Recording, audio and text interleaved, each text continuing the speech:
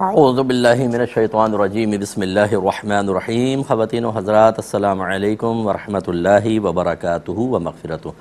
Programme احکام شریعت اور فقہ حنفی سے متعلقہ مسائل کے ساتھ ایک دفعہ پھر آپ کی خدمت میں حاضری کا شرف حاصل ہے۔ کسی نے پوچھا تھا کہ کسی جائز کام کا فیصلہ لینا ہو تو باپ کس کی مانے، بیٹی کی مانے یا بھائی بہن کی؟ دیکھیں، نہ بیٹی کی مانے نہ بھائی بہن کی، اصلاً تو اللہ اس کے رسول کی مانے۔ اصل مسئلہ یہ ہوتا ہے، پہلی بات یہ کہ آپ جس کام کو جائز کہہ رہے ہیں ہو سکتا ہے وہ آپ کو کنفرم پتہ ہو، لیکن بہتر ہوتا ہے کہ اگر کوئی ایسا کام ہو کہ جس میں اس طرح رائے لینی پڑ جائے تو کسی اچھے مستند صاحب علم سے بھی مشورہ کر لیں کہ فی نفسی یہ کام جائز ہے کہ نہیں۔ پہلی بات تو یہ۔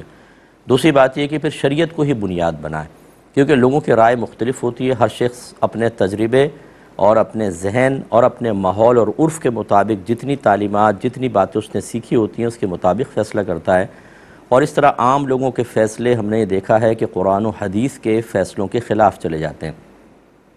اور ایسی صورت میں آپ فرض کر لیں بیٹی کی مانیں چاہے بھائی بہنوں کی مانیں، اگر وہ فیصلہ قرآن و حدیث کے خلاف ہے تو آپ بھی سخت گناہ گار ہوں گے اور وہ بھی، کیونکہ آپ نے اللہ اس کے رسول کی باتوں کو معمولی سمجھ کے چھوڑ دیا اور انسان کے مشورے اور باتیں آپ پر غالب آ گئیں۔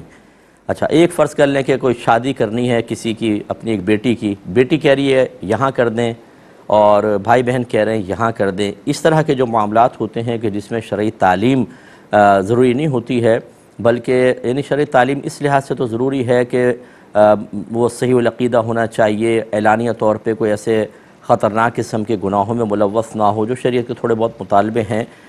لیکن ایک یہ ہے کہ یہ خاندان یہ بھی اچھا ہے یہ بھی اچھا ہے، کس کے طرف جانا چاہیے؟ اس طرح کے اگر کوئی معاملات ہوں تو پھر یاد رکھیں نہ بیٹی کا حق زیادہ ہے نہ بھائی بہنوں کا، بلکہ باپ مطلب جیسے بچی کے لیے فیصلہ کرنا چاہے اور بچی کی رضا بھی اس میں شامل ہو، تو شریعت نے آپ کو یہ لازم نہیں کیا ہے کہ ان کو مد مقابل نہیں رکھا ہے کہ اگر بھائی بہن ایک طرف ہو بیٹی ایک طرف ہو تو ان کا حق زیادہ ہے یا بات ماننے کے سلسلے میں اس کا حق زیادہ ہے، بلکہ آپ کو پھر کلی اختیار ہے۔ مشاورت آپ سب سے کریں اور اچھے صاحب علم سے بھی کر لیں، تجربہ کار لوگوں سے کر لیں، پھر فیصلہ آپ خود کریں۔ اگر فرض کر لیں آپ دونوں کی بات کو رد کر دیتے ہیں تو شرعی لحاظ سے آخرت میں آپ کی کوئی گرفت نہیں ہے۔ ایک بھائی نے پوچھا تھا کہ یہ شرعی مسافت کے لیے جو 92 کلومیٹرز دور جانے کا مسئلہ ہوتا ہے، یہ اپنے شہر کے ٹول پلازہ سے دوسرے شہر کے ٹول پلازہ تک 92 کلومیٹرز دیکھیں گے، یہی ہوتا ہے؟ اور اگر ٹول پلازہ نہ ہو تو کیا کریں؟ دیکھیں، شہر کی حدود سے باہر نکل کر اگر کوئی 92 کلومیٹرز لگاتار جانے کا ارادہ رکھتا ہے، چائے وغیرہ پینے رک گیا، واش روم وغیرہ کے لیے رک گیا، اس کو لگاتار کی راہ میں رکاوٹ نہیں مانا جاتا، یعنی کہیں مزید اسٹے نہیں کرنا ہے، 92 کلومیٹرز دور جانا ہے، تو جیسے ہی شہر کی حدود سے باہر نکلتا ہے انسان شرعی مسافر ہو جاتا ہے۔ اور یہ اکثر جو ہے ٹول پلازہ جیسے آپ نے کہا یہ ایک علامت ہوتی ہے کہ جی شہر ختم ہو گیا ہے۔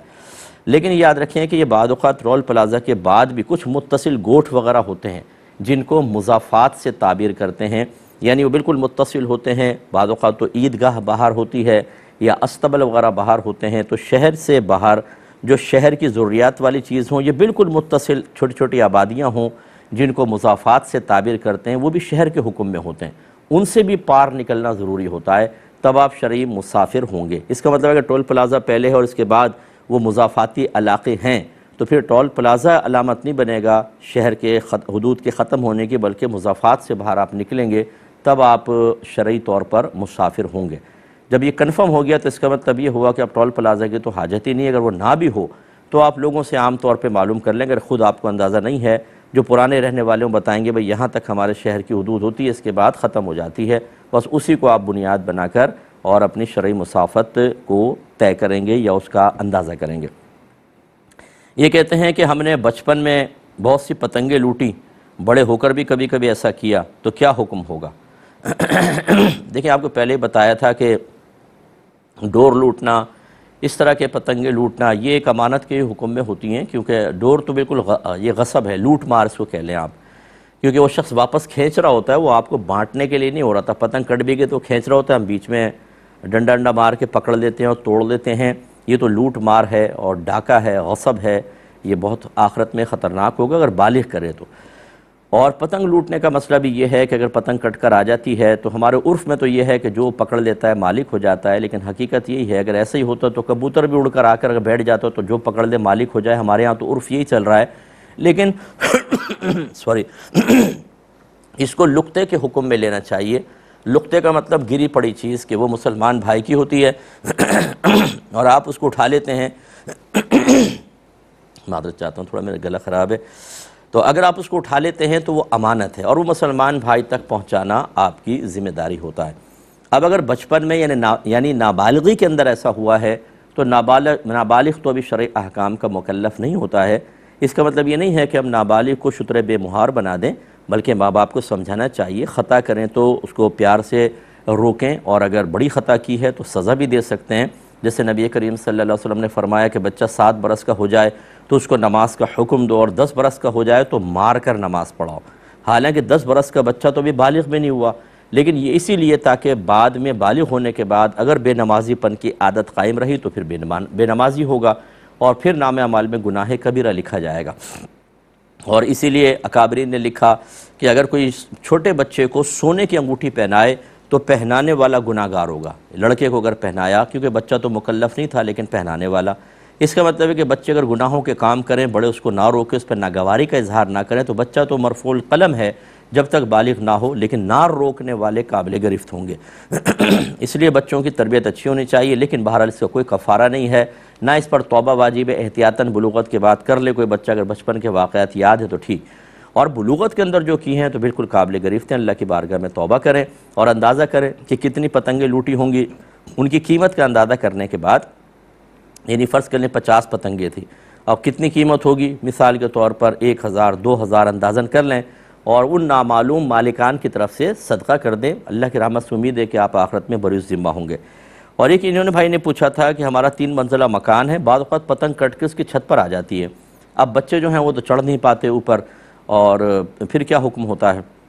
دیکھیں، لقطے کا حکم یہی ہوتا ہے کہ جب آپ کے پاس لقطہ آ جائے تو آپ مالک کو تلاش کریں، کوئی ایسا اعلان کریں کہ مالک آ جائے، اور اگر آپ مالک کی تلاش سے مایوس ہو جائیں تو پھر مالک کی طرف سے کسی کو دے دیں، یعنی صدقہ کر سکتے ہیں۔ تو اب اس پتنگوں کا معاملہ 2 ہو سکتا ہے، کہ اگر آپ کو گمان ہے کہ بچوں کو دوں گا تو یہ اڑائیں گے اور پھر وہی آوارہ گردیاں اور خرابیاں ہوں گی تو پھاڑ کر پھینک بھی سکتے ہیں آپ، کیونکہ یہ مطلب آلات لہو و لعب ہیں، ان کو تباہ کرنے کے اندر کوئی کفارہ نہیں ہوتا، نہ یہ کوئی نعمت کا ضیاع کہلاتا ہے، بلکہ اس قسم کی چیزوں کو ختم کرنے کی بھی اجازت ہوتی ہے۔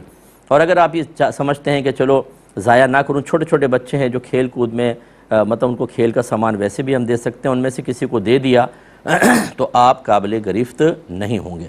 تو اس لیے دونوں صورتحال آپ اس میں کر سکتے ہیں۔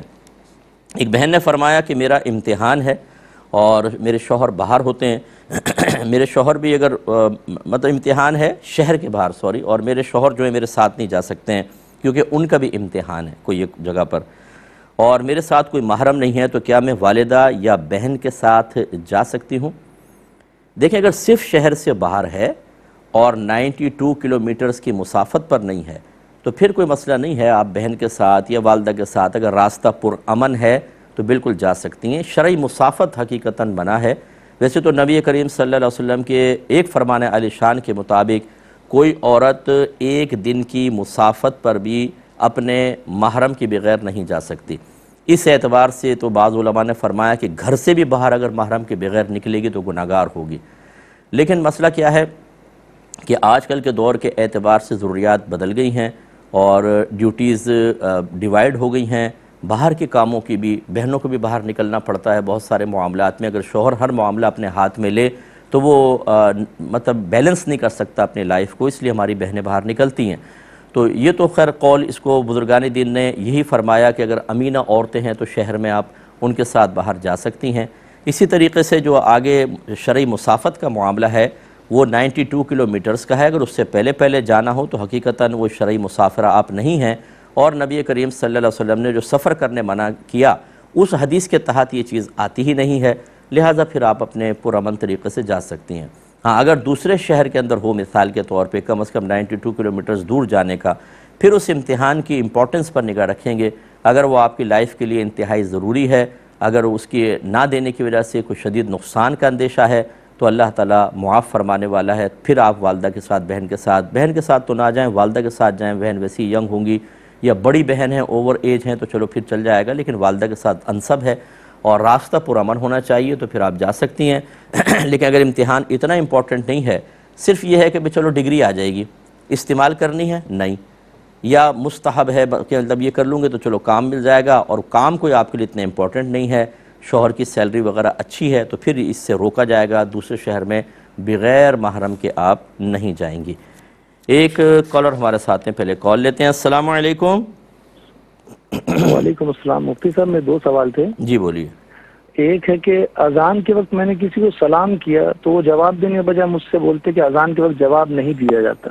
ٹھیک ہے. تو کیا واقعی دے نہیں سکتے جواب؟ جی اور دوسرا بولیے. ہے کہ سیلون یا کپڑے کی شاپ پہ جاتے تو وہاں لڑکیوں کی تصویر لگی ہوتی ہے، تو کیا اس سے بھی رحمت کے فرشتے سیلون یا کپڑے کی دکان میں نہیں آئیں گے؟ ٹھیک ہے. اور ایک اور کال، ایک مختصر سا بریک لیں گے، ہمیں یقین ہے آپ ہمارے ساتھ ہی رہیں گے. بسم اللہ الرحمن الرحیم. پہلے کال لیتے ہیں. السلام علیکم. وعلیکم السلام. جی بھائی جان. ہیلو. جی آپ کی آواز آ رہی ہے، بولیے. جی ہم کھیتی باڑی کرتے ہیں، وہ پورا جو قرضہ ہے نا وہ قرض لے کے کرتے ہیں، وہ جو اس پہ خرچہ ہوتا ہے اس پہ زکوٰۃ لازم ہوگی کہ نہیں؟ ٹھیک ہے. اور دوسرا سوال یہ ہے کہ جو عورت کے پیٹ میں بچہ ہوتا ہے وہ قبرستان جا سکتی ہے کہ نہیں؟ اچھا. اور بس یہی ہے. ایک اور کالر ہیں. السلام علیکم. السلام علیکم. شاید ڈراپ ہو گئی ہے. بھائی نے فرمایا کہ اذان ہو رہی تھی، میں نے کسی کو سلام کیا، انہوں نے جواب نہیں دیا، اور بعد میں کہا کہ جب اذان ہو رہی ہو تو سلام کا جواب نہیں دیا جاتا، کیا حکم شرع ہوگا؟ دیکھیں اتنی اسٹرکٹلی کوئی اس میں منع نہیں ہوتا، بالکل آپ سلام کا جواب دے سکتے ہیں. اب اگر اذان کا جواب دے رہے ہیں تو قولی جواب دینا مستحب ہوتا ہے اذان کا، اگر آپ نہیں بھی دیں گے تو گناہ گار نہیں ہوں گے، اور عملی یا فعلی جواب واجب ہوتا ہے مرد کے لیے کہ وہ مسجد میں جائے جماعت سے. اور اذان کے بیچ میں اگر کوئی ضروری گفتگو ہے بالکل آپ کر سکتے ہیں. یہ ضرور ہے اذان کے بیچ میں یعنی باتیں کرنا کوئی منع نہیں ہوتا، کوئی بات کرنا، اور ضروری بات تو بالکل ہی منع نہیں ہوتی. ہاں اس کو خاموشی سے سننا ایک ادب ضرور ہے، ٹھیک ہے، ادب سے سننا چاہیے، اور اس کے اندر وجوب نہیں ہوتا کہ بالکل واجب ہے کہ آپ سنیں. ادب اور احترام یہ ہے کہ بالکل آپ سنیں.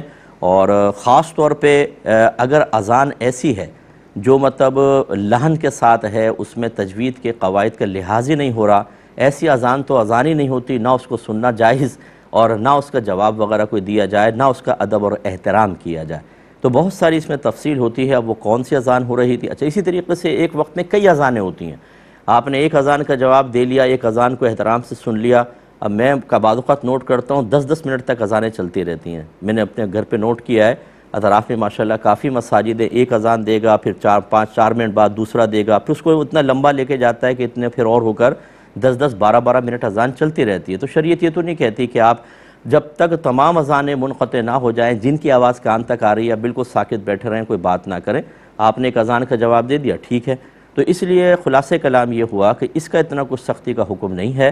اگر آپ اذان کے دوران جواب دینا چاہیں دے سکتے ہیں، اور خصوصاً اگر کسی کے ناراضگی کا اندیشہ ہو، خصوصاً اگر کوئی معظم دینی ہو، کوئی عالم ہیں، کوئی مفتی صاحب ہیں، کوئی مجتہد ہیں، ہو سکتا ہے ان کے نزدیک وہ اذان ٹھیک نہ ہو، وہ آپ کو سلام کریں اور آپ ان کو اس لیے جواب نہ دیں جی اذان کے بیچ میں جواب نہیں دینا چاہیے، تو آپ نے تو ایک طریقے سے ان کے لیے تحقیری پہلو نکال دیا کہ آپ زیادہ صاحب تقوی ہیں، آپ زیادہ سمجھنے والے ہیں، یہ بے عمل ہے، سلام کر رہے ہیں ہم جواب کیوں دیں. اس سے تو اور جو سننے والے ہوں گے وہ ان کے بارے میں منفی تصور رکھیں گے کہ یہ کتنا متقی ہے، دیکھو اذان کے بیچ میں جواب نہیں دے رہا اور یہ عالم ہونے کے باوجود سلام کر رہے ہیں. حالانکہ اگر وہ باعمل ہے تو اس کو حسن ظن قائم رکھنا چاہیے تھا کہ ان کا اذان کے بیچ میں سلام کرنا یقیناً شرعی وجوہات کی بنا پر ہے، تو مجھے جواب دینا ہوگا. تو اس لیے اگر وہ جواب دے دیتے تو کوئی مسئلہ نہیں تھا، شریعت نے منع نہیں کیا، اور اگر وہ ادب احترام سے سن رہے تھے تو بہت اچھی چیز ہے، اس کا انکار نہیں ہے. ایک مزید کالر ہمارے ساتھ ہیں. السلام علیکم. السلام. جی مفتی صاحب میرا سوال یہ تھا کہ گھر پر لوڈو کھیلنا جائز ہے 400 روٹی؟ جی اور میں عرض کرتا ہوں. ایک مزید کالر ہیں. السلام علیکم. وعلیکم السلام. مفتی صاحب میرے 2 سوال ہیں آپ سے. جی ایک سوال تو یہ کہ میری مدر 18-19 سال سے پیرالائز ہیں، تو اب ان کے بیڈ سولز وغیرہ پڑ گئے ہیں، اب ہم ان کے نیلز بھی کاٹتے ہیں تو انہیں بہت پین ہوتا ہے۔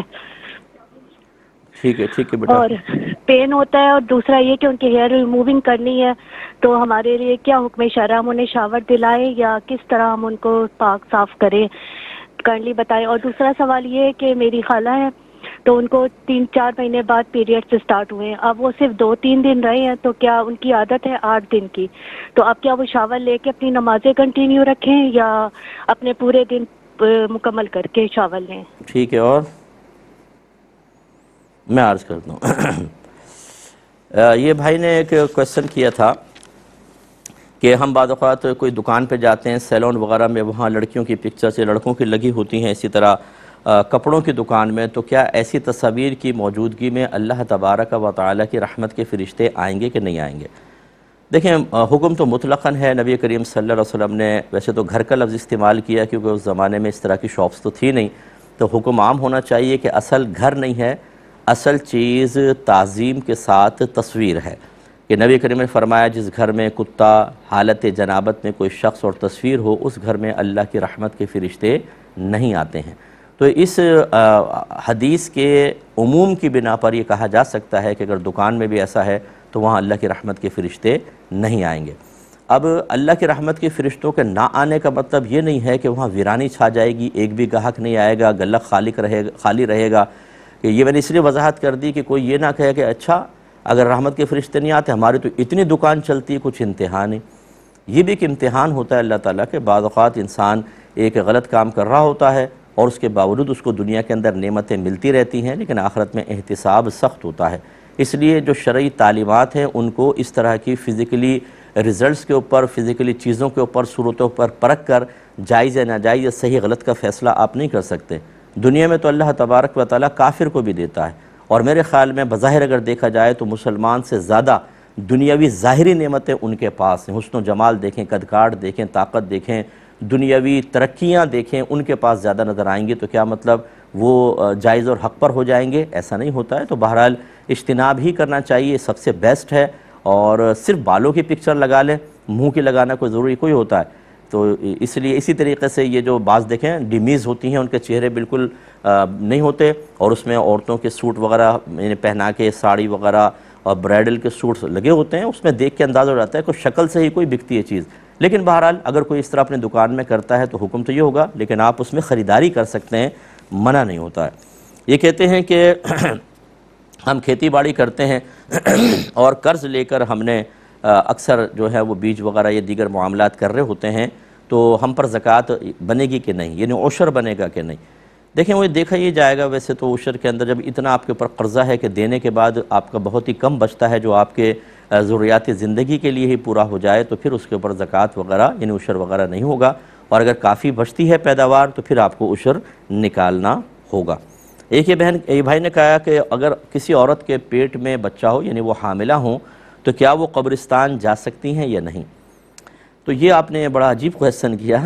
پہلی بات تو یہ کہ عورت قبرستان جا سکتی ہے کہ نہیں، تو یاد رکھیں کہ قبروں کی زیارت زیادہ سے زیادہ مستحب ہے، اور وہ بھی اس صورت میں کہ جب آپ جا کر وہاں عبرت حاصل کریں، نصیحت حاصل کریں، صرف ایصال ثواب ہی مقصود ہو اور کچھ بھی نہ ہو، تو پھر اس کے استحباب کا حکم ہوتا ہے۔ اور مستحب کام کے لیے عورت کو اپنے گھر سے باہر نکلنے کی اجازت نہیں ہوتی، وہ اب گھر سے ہی فاتحہ وغیرہ پڑھ دیں بس ٹھیک ہے۔ ایک بات تو یہ ہے۔ پھر بھی اگر کوئی عورت جیسے قبرستان کے پاس سے گزر رہی ہیں، وہ چلی گئی ہیں قبروں پر، تو اس کی گنجائش نکلتی ہے۔ جس عورت کے اوپر جس کو منع کیا گیا ہے کہ قبرستان میں نہ آئیں، وہ اس صورت میں ہے کہ عورتیں بے پردہ گھر سے باہر نکلیں، راستہ پر امن نہ ہو، یا قبرستان میں مردوں عورتوں کا اختلاط ہو، یا پھر قبور پہ جا کے عورتیں جزع اور فضع کریں گی، روئیں گی، پیٹیں گی، بے ادبی کریں گی، یا وہاں پر ان کی عزت وغیرہ کے معاملات جیسے بہت بڑے بڑے قبرستان ہوتے ہیں سنسان ہوتے ہیں، اس صورت میں تو اجتناب کا وجوبی حکم دیا جائے گا کہ بالکل نہ جائیں۔ لیکن اگر ایسا نہیں ہے تو تھوڑی بہت گنجائش نکل سکتی ہے۔ اور یہ جو اب آپ نے پوچھا کہ حاملہ عورت جا سکتی ہے کہ نہیں، تو آپ نے شاید یہ اس وجہ سے پوچھا ہے کہ اس کے حمل پہ کوئی منفی اثر تو مرتب نہیں ہوگا، تو اس طرح کی کوئی باتیں کچھ بھی شریعت میں نہیں ہیں، یہ ہماری اپنی بنائے ہوئے خوف اور باتیں ہوتی ہیں۔ جیسے حاملہ بچی کو کسی بیوہ کے پاس نہیں جانے دیتے، یا کسی عورت کے بچے نہیں ہو رہے تو اس کے پاس نہیں جانے دیتے کہ وہاں نہ جانا، اس کے بچے نہیں ہوتے. اتنی احمقانہ اور مطلب غیر شرعی یہ بات ہے، کچھ انتہا نہیں. یعنی کہ اس عورت کو پتہ چل جائے کہ چونکہ آپ کے بچے نہیں ہیں اس لیے ایک حاملہ بچی کو آپ کے پاس آنے سے روک دیا. گویا کہ یہ تصور ہے کہ یہ اس عورت ایک نحوست ہے جس کا اثر اس حاملہ بچی تک پہنچ سکتا ہے، جو انتہائی خلاف شرع چیز ہے. اور اس صورت میں اس کی کتنی دل آزاری ہوگی. اور اس طرح جو ہمارے گھر کی بڑی بوڑھیاں ہیں جو بہت مطلب یہ کہ جیسے پتہ نہیں کیا ان کو غیوبات پتہ چل گئے ہیں یا بہت بڑی یہ مطلب یہ کہ کانٹیکٹ ملانے والی ہیں کہ یہ کیوں ہو گیا، یہ ان کو حکمتیں پتہ ہیں، وہ اس گناہ کبیرہ کے اندر ملوث ہوتی ہیں. اس طرح کی دقیانوسی باتوں کا بالکل خیال نہ کیا جائے بلکہ ان پہ عمل کریں گے تو نقصان ہوگا. یہ بھائی نے پوچھا کہ گھر پہ لوڈو کھیلنا کیسا ہے؟ کھیل سکتے ہیں. یہ چوسر جو ہے نا یہ تو اس کے بہت سارے تراجم ہوتے ہیں، شطرنج کے اوپر بھی ہوتا ہے اور یہ غالباً اس کے اوپر شطرنج کے اوپر اس کا اطلاق کرنا زیادہ بیسٹ ہے کیونکہ وہ اتنا طویل چلتا ہے کہ کئی گھنٹے تک اس میں انسان لگا رہتا ہے اور پھر وہ بادشاہ کو مار دیا فلاں مار دیا یوں کرتے رہتے ہیں اور لمبا ٹائم نکلتا ہے. لیکن لوڈو جو ہے یہ تو بہت مختصر وقت کے اندر ختم ہو جاتی ہے. یہ گیم مباح ہے. اس میں صرف یہ ہے کہ ایک تو نماز قضا نہیں ہونی چاہیے اس کو عادتاً نہ کھیلا جائے ڈیلی، کیونکہ عادتاً کھیلیں گے تو پھر اس میں ضرور وقت قاضی، اور بہت زیادہ لمبا نہ کھیلا جائے. ایک دو لوڈو کھیل لی بس ختم بات، یعنی ایک دو گیم کھیل لیے. اور اسی طرح اس میں کوئی جھگڑا نہ ہو. یہ ہم نے دیکھا ہے کہ جو ہار جاتا ہے اس کا مذاق اڑاتے ہیں، پھر وہ غصے میں آ جاتا ہے اور لڑائی جھگڑا شروع ہو جاتا ہے، کینہ بیٹھ جاتا ہے دلوں کے اندر. کہ اگر بیوی نے شوہر کی گوٹ پیٹ دی تو شوہر ناراض ہو گیا اور پھر یہ ناراضگی بعد میں بھی رہتی ہے. جو اپنے باطن پر اتنے مطلب کنٹرول نہ رکھنے والے افراد ہوں ان کے لیے تو نہ کھیلنا بہتر ہوتا ہے. اور پھر اس میں مذاق اڑانا ہوتا ہے، مذاق اڑاتے ہیں، جو ہار جاتا ہے تالیاں بجتی ہیں جی. اسی طرح اس میں شرط وغیرہ لگا کر نہ کھیلا جائے. ان قیودات کا اگر لحاظ کیا جائے، اور سب سے بہتر تو یہ ہے کہ اگر آپ ذہنی لحاظ سے بہت تھکے ہوئے ہیں اور آپ دینی کام کے لیے یا اور دنیاوی کاموں کے لیے تھوڑا سا فریش ہونا چاہتے ہیں تو اس کے لیے کہ چلو تھوڑی سی مجھے تفریح حاصل ہو جائے، میری طبیعت بحال ہو جائے، پھر میں کام کر لوں گا، تو اس کی گنجائش نکل سکتی ہے. ایک کالر، اچھا ایک مختصر سا بریک لیں گے، ہمیں یقین ہے آپ ہمارے ساتھ ہی رہیں گے. بسم اللہ الرحمن الرحیم. یہ بچی نے کویسچن کیا کہ ان کی والدہ 18-19 سال سے بستر پر ہیں اور یہ بچیاں خدمت کر رہی ہیں، تو اب یہ صورتحال یہ آ گئی ہے کہ ان کے ناخن بھی کاٹتے ہیں تو ان کو تکلیف ہوتی ہے، اور جو غیر ضروری بال ہیں ان کا کیا حکم شرع ہوگا کہ کیا وہ کرنے چاہیے نہیں کرنے چاہیے، کیا حکم ہے؟ پہلی بات تو یہ کہ میں دعا دیتا ہوں آپ کو جو خدمت پر مامور ہیں کہ اللہ تعالیٰ آپ کو استقامت عطا فرمائے. آپ جنت حاصل کر رہے ہیں. جو بھی ایسا ہے جو کسی بیمار کی مسلسل تیمارداری پر ہے، یہ ہمت اور حوصلے کا کام ہے. میری بات کہنا بہت آسان ہے. یقیناً رات دن مکمل طور پہ توجہ رکھنا، اپنی بہت ساری ایکٹیویٹیز کو ترک کر کے ان کے پاس رہنا کہ ایسا نہ ہو کہ غیر موجودگی میں کوئی ضرورت ہو جائے، اور بہت سارے خیال رکھنے پڑتے ہیں. ایک آزمائش والی چیز ہے. اللہ تعالیٰ اس کو قبول فرمائے. اور ایسے لوگوں سے میری گزارش یہ ہے کہ بڑے حوصلے کے ساتھ کریں کام. جھنجھلاہٹ میں مبتلا ہونا، بڑبڑ کرنا، ان کے اوپر اٹیک کرنا، طنز کرنا، معاذ اللہ اس طرح کے جملے ان کے کانوں تک پہنچانا، پتہ نہیں کب مریں گی یہ. معاذ اللہ ایسا نہ کریں ورنہ محنت بھی کریں گے اور ثواب ضائع ہوگا. زبان بند، دل کو پرسکون رکھیں. ہر خدمت کے اوپر یہ تصور رکھیں کہ جنت کے آپ کے اتنے درجے آپ کو ملیں گے کہ جب آپ انشاءاللہ میدان محشر میں پہنچیں گے اور آپ نے اخلاص سے اللہ کی رضا کی خاطر اگر خدمت کی ہے تو آپ تمنا کریں گے کاش میں 100 سال اور خدمت کر لیتا یا کر لیتی تاکہ اتنے بڑے بڑے مزید انعامات مل جاتے. اور بہت سارے ایسے ہوتے ہیں گھر کے اندر جو ایوائڈ کرتے ہیں، بھاگتے ہیں، تم کر دو اور خود نکل جاتے ہیں اور سمجھتے ہیں کہ ہم نے بڑی پرسکون لائف اختیار کر لی ہے. ایک بیٹا ایک بیٹی کے اوپر ماں کو چھوڑ دیا جاتا ہے، والد کو چھوڑ دیا جاتا ہے، باقی سب اپنی لائف گزار رہے ہوتے ہیں. یہ میدان محشر میں انتہائی پچھتائیں گے. میرے آقا صلی اللہ علیہ وسلم نے ارشاد فرمایا کہ دنیا میں عافیت سے، آرام اور سکون سے رہنے والے جب دنیاوی مصیبتوں پر صبر کرنے والوں کو ملنے والے انعامات دیکھیں گے تو یہ تمنا کریں گے کہ کاش ہماری کھالوں کو کینچیوں سے کاٹا جاتا اور ہم بھی ایسا انعام پا لیتے. اس لیے ایسا نہ کریں. اور اب میں بچی سے گزارش کرتا ہوں بیٹا بڑی اچھی خدمت کریں امی کی اور درجات بلند کریں. اچھا اب جو یہ ناخن اگر کاٹنے سے تکلیف ہوتی ہے تو پھر نہ کاٹیں، ٹھیک ہے نا. یا پھر ڈاکٹر سے مشورہ کریں، کوئی ایسا لیکوڈ کوئی ایسی چیز ہو کہ اس میں اگر ڈپ کریں ناخن تو نرم پڑ جائیں، پھر کاٹنے میں بڑی آسانی ہو تو وہ طریقہ کار آپ اختیار کر لیں. لیکن حتی الامکان اگر والدہ ہاتھ بھی نہیں ہلا سکتی تو کیا وہ بیچاری کھجائیں گی تو اس کو اسی طرح بھی آپ چھوڑ سکتے ہیں اگر ان کو بہت اذیت اور تکلیف ہوتی ہے۔ اور یہ جو ستر کے مسائل ہوتے ہیں، یاد رکھیں کہ یہ مطلب آپ خیر اب آپ کو والدہ کی صفائی وغیرہ کرنی ہوگی، ستر تو کھلتا ہی کھلتا ہے۔ ایسی صورت میں اگر کوئی ایسا طریقہ ہو کہ جس سے ان کو اذیت اور تکلیف نہ ہو، جیسے کسی کریم وغیرہ کا استعمال، اس سے الرجی بھی نہ ہو اور کوئی تکلیف پریشانی نہ ہو، تو اس کو یوز کر لیں۔ لیکن اگر کوئی بھی طریقہ آپ استعمال کرتے ہیں جس سے ان کو تکلیف ہوتی ہے یا تکلیف بڑھ جاتی ہے، تو پھر ایسی چھوڑ دیں، اللہ تبارک و تعالی معاف فرمانے والا ہے۔ ایک بہن نے فرمایا، بچی نے پوچھا کہ ان کی کوئی رشتہ دار ہیں، ان کی عادت پہلے 8 دن حیض کی تھی، پھر کئی مہینے بند رہا، اس کے بعد جب آیا تو اب 3 دن آ کر بند ہو گیا ہے، تو کیا کریں، وہ نماز کا کیا حکم ہوگا؟ دیکھیں، جب ایک مہینہ مثلا 8 دن آیا، پھر اگلے مہینے 10 دن سے کم کے اندر، لیکن اس کے علاوہ ہوا، مثلا 8 دن آیا تھا، اب 3 دن آ کے بند ہو گیا، یا 7 دن آ کر بند ہو گیا۔ پہلے تو ہم یوں کر لیتے ہیں کہ 8 دن تھا، اب 9ویں دن آیا، تو کہیں گے کہ عادت بدل گئی، ٹھیک ہے نا۔ اور اگر فرض کر لیں کہ عادت سے پہلے بند ہو گیا ہے، مثال کے طور پہ 3 دن میں جیسے آپ نے بتایا بند ہوا اور پورا دن خالی گزر گیا، تو یہ غسل کر کے نماز اسٹارٹ کر لیں۔ جسمانی تعلق شوہر سے نہیں قائم کریں گی، لیکن نماز اسٹارٹ کر لیں۔ اگر بعد میں آ گیا تو ٹھیک، اگر نہیں آیا تو پھر یہ کہا جائے گا کہ ان کی عادت تبدیل ہو گئی ہے۔ اور میں تمام بھائی بہنوں سے خاص طور پہ گزارش کرتا ہوں کہ آپ میری کتاب طہارت کے مسائل و احکام لے لیں۔ بیسٹ بک ہے، اگرچہ آپ نے بہت سارے مسائل پڑھے ہوں گے اور ہو سکتا ہے کہ آپ پڑھیں تو کہیں ہمیں پہلے بھی پتہ تھا، لیکن انشاءاللہ بہت ساری چیزیں ایسی ہوں گی جو آپ کو بالکل نئی محسوس ہوں گی۔ انداز تحریر، انتخاب اور پھر الفاظ کا استعمال، اس سے آپ کو بڑا فائدہ ہوگا، اور یہ کتاب ہماری بہنوں کو ضرور پڑھنی چاہیے۔ ایک انہوں نے کہا کہ کسی نے کویسچن کیا تھا کہ ہمارے کالج میں فریشر پارٹی کے نام سے ایک پارٹی ہوتی ہے، اور اس کے شروع سے پہلے کچھ کفریہ قسم کے گانے گائے جاتے ہیں، اور کچھ بت وغیرہ رکھے ہوتے ہیں، ان پہ پھول بھی چڑھایا جاتا ہے، دیا وغیرہ جلایا جاتا ہے وہاں پر، پھر پارٹی کے دوران بھی خوب ناچ گانے اچھی طریقے سے ہوتے ہیں سب کچھ۔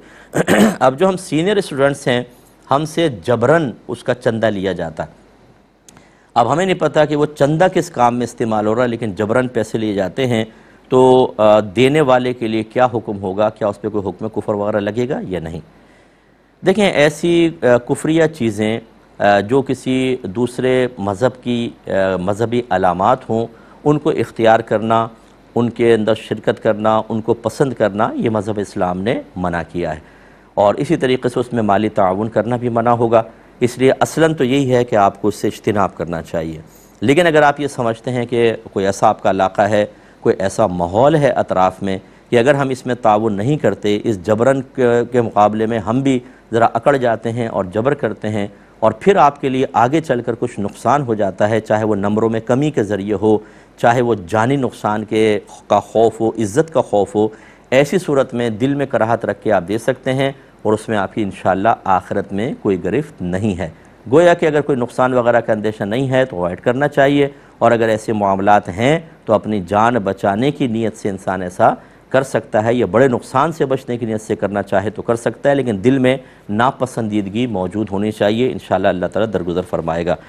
ایک بھائی نے کہا کہ میری والدہ نے کہا، جس نے کسی لڑکی سے شادی کر لی ہوگی، اگلا یہ بتاتا ہے کہ میری ماں نے کہا میں مر جاؤں گی تو اس لڑکی کو طلاق دے دے، تو میں نے اس کو 3 طلاقیں دے دیں۔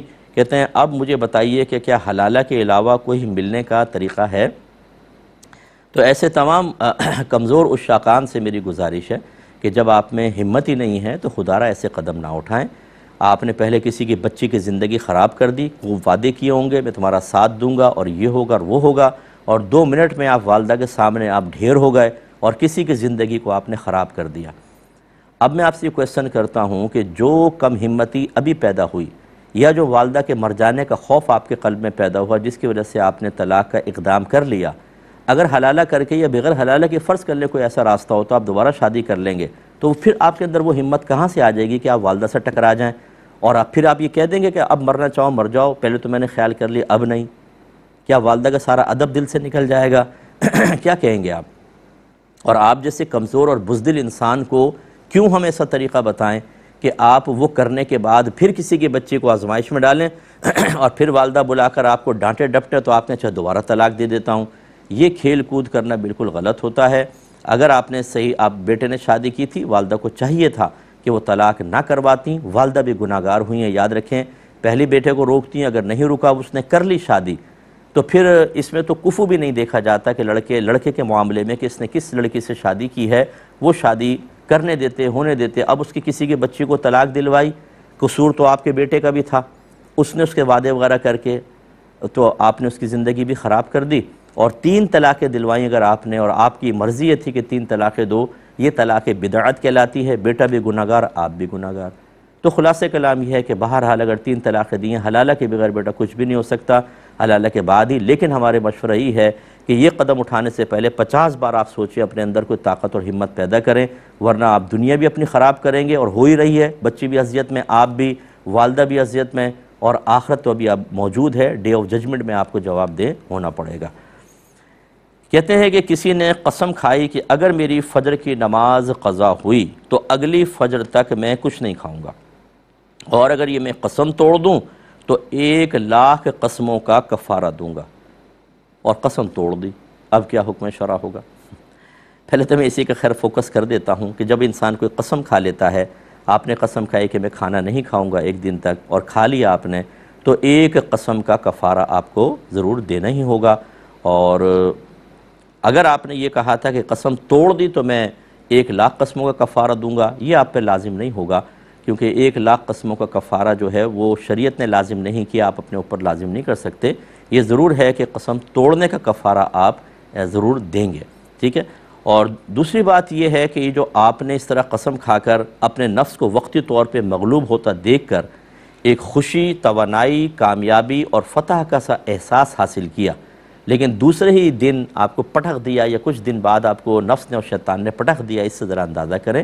جب انسان کے اندر ہمت نہ ہو نا تو اپنے ہمت سے آگے بڑھ کر کوشش نہیں کرنی چاہیے، نہ آپ کو نہ شیطان کی ہمیں معرفت حاصل ہوتی ہے، نہ نفس کی صحیح طریقے سے معرفت، نہ ان کی چالاکیاں ہم نے سیکھی ہوتی ہیں۔ اس طرح کی قسمیں کھا کر، یعنی ہمت بالکل نہیں ہے فجر میں اٹھنے کے لیے، قسمیں کھا کر اپنے اندر مضبوطی پیدا کرنے کی کوشش کرتے ہیں، اللہ تعالیٰ کے مقدس نام کو ذکر کر کے اس کی بے حرمتی کا بھی ارتکاب کیا، یہ نہیں سوچا کہ میرے اندر وہ ہمت ہی نہیں ہے، 50 پہلے میں نے اپنے نفس کی غلامی والے کام کیے ہیں اور غلط کام کرتا رہا ہوں، گناہ والے کام کرتا رہا ہوں، ناجائز کام کرتا رہا ہوں، تو یہ بھی میں دوبارہ کرنے لگوں گا، یہ نہیں سوچا، بس ایک قسم سے ایسی بند بن جائے گا کہ اب کچھ نہیں ہوگا۔ یہ اصل میں قسم کھلوائی آپ سے شیطان اور نفس نے ہے، انہیں پتہ ہے کہ یہ بڑا کیا 30 مار خان ہے، قسم بھی کھلواؤ، زیادہ گلٹ فیل کرے گا، زیادہ ڈپریشن میں جائے گا، زیادہ احساس جرم ہوگا، جس سے اور اس کی یکسوئی اور توانائی ختم ہوگی، اور گناہگار بھی ہوگا، اور پرانے کام تو ہم کرواتے رہیں گے، اور ویسا ہی ہوا۔ تو بہرحال اب آئندہ ایسا نہیں کیجیے گا، اور ہماری کتاب قرب الہی پڑھیں، بیسٹ بک ہے جو آپ کے اندر وہ طاقت اور توانائی پیدا کرے گی کہ انشاءاللہ پھر فجر کی نماز قضا کروانا نفس و شیطان کے لیے مشکل ہو جائے گا۔ اب اپنے میزبان کو، ہماری کیو ٹی وی کی پوری ٹیم کو اجازت مرحمت فرمائیں، انشاءاللہ کل آپ سے ملاقات ہوگی اسی وقت میں۔ آپ اپنا خیال رکھیے، ہمارے لیے بھی دعا کریں، اور ہم آپ کے لیے دعا کرتے ہیں کہ اللہ تبارک و تعالی ہم سب کو موت سے پہلے کامل اور مضبوط مسلمان بن جانے کی توفیق عطا فرمائے، آمین۔ وآخر دعوانا ان الحمدللہ رب العالمین۔